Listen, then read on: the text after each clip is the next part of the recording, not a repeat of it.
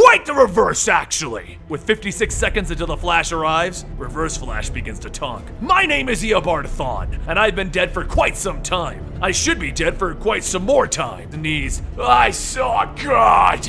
And he dies. Case. He lowers his cowl as he looks at it. How is it here? I never recovered it. And then Batman turns to see another Batman. His father. And Thomas Wayne turns to Bruce. I did this all because of you, son. The entire world begins to shake. It begins to fall apart. It's being let go of. Finally, we basically take your favorite comic book storylines and we break them down into epic recaps. We add in music, voices, and sound effects to create a unique experience. I hope you enjoy and consider subscribing if you do. Bruce. After I read it, I knew I would never get a chance to respond. But if I did, there was one thing that I wanted to tell you above anything else. You're a grandfather. I have a son. Flash turns to them. Batman, the treadmill's at full power without me on it. We have to go, now! Bruce turns back to his father. Come with me, please. And Thomas turns back to him, throwing him onto the treadmill with the Flash. The universe around them begins to fade away into the time stream. Flash, you promised me that you would save my son, now do it! Thomas calls out. Bruce tries to fight against him. Barry, let me go! But Thomas looks at them as they begin to fade away into the time stream. You were my world, son. I delivered you myself, and the moment that I saw you, I know that every choice that I've ever made has been for the right reasons, because they led to you. You're the greatest gift that this life has ever given to me, and there is more that I should have shared with you in that letter. So listen to me. Don't be Batman.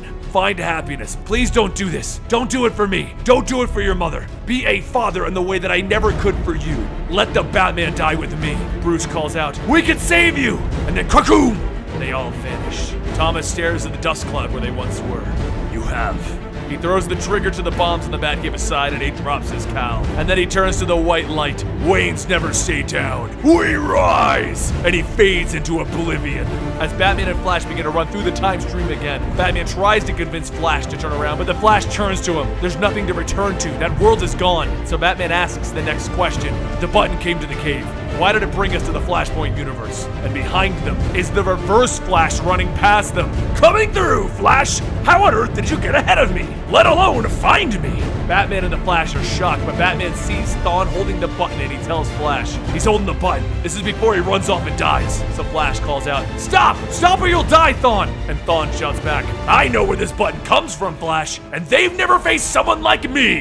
And he continues to barrel on into the time stream. Flash calls out, Thawne, I've seen your future. You're going to die if you keep going. My future, Barry? Like the day that you broke my neck? Or the day that you watched Batman's father slide a sword in my back? Empty threats to a living paradox. There is no future. There is no past. Then a big bolt of lightning hits between them. And as the Flash calls out to Thawne again, he feels another force. Barry, I'm here. Batman asks him, did you hear that?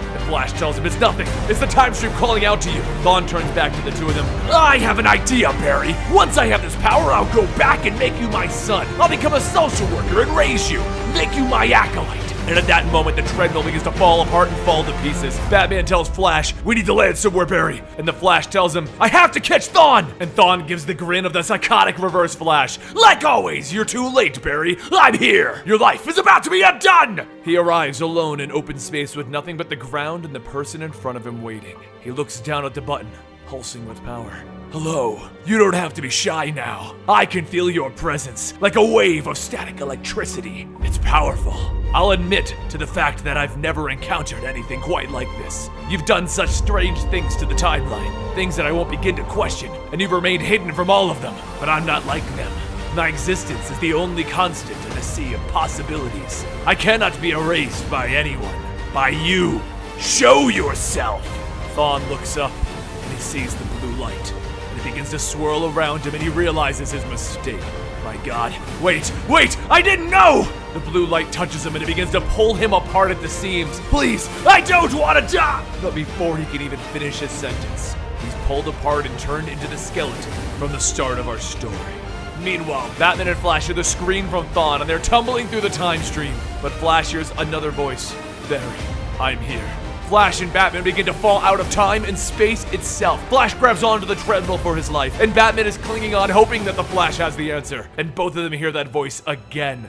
Barry. Batman looks at him. Barry, listen to that voice. Grab onto it. Bruce, we don't know where it'll take us. We don't have a choice. The voice calls out again. Right here. Say my name. Say Jay. Flash is confused. Jay? and cracoom! A speedster's lightning flies through the time stream as Jay Garrick arrives on the scene. At last, I'm free! He leaps in front of both of our heroes, grabbing them, trying to run them through the time stream. He screams out as the time and space streams around him are trying to absorb him, Flash, and Batman. And when he finally gets his footing, he's off! Hang on! Power enough to get you! And then he throws them out of the time stream. Home! Cracoom! The echoes of a speedster's lightning ring throughout the Batcave as Batman and Flash have arrived. Flash turns to Jay and asks him, "Who are you? Did you kill Thawne? What do you want with us?" Jay struggles because, like Wally, the Speed Force is pulling at him, trying to return him back to where it was hiding him. "I didn't kill anyone, Barry." He stands with smoke and lightning flowing off of him. "My name is Jay Garrick. I'm your friend, a Flash. Listen to me. I need you to remember. If you remember me like you did Wally." Barry thinks hard and a sad look begins to grow on his face. "He told me I forget things. People. Someone did this. Do you know who it was?" And then the time stream begins to reabsorb Jay. "They took everything from me, Barry. I don't know how and I don't know why." Barry reaches his arm out. "What is your name? What was it again?" And then cracoom!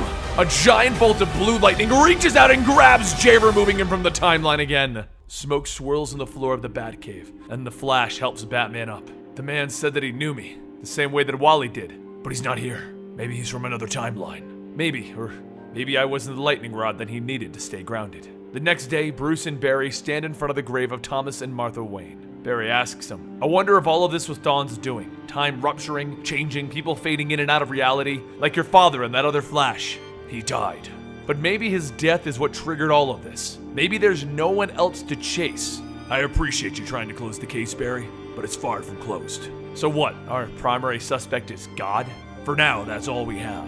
The two of them walk away from this, for now.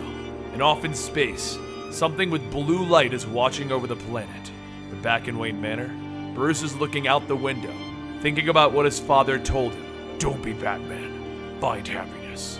The bat signal shines in the sky, and he remembers the next words. Let Batman die with me.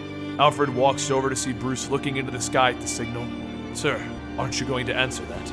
Bruce looks, and then he hangs his head low. And out in a time and place unknown to us, the button is sitting on the ground as the blue light draws closer to it, and we see the blue hand of Dr. Manhattan reach down and pick it up.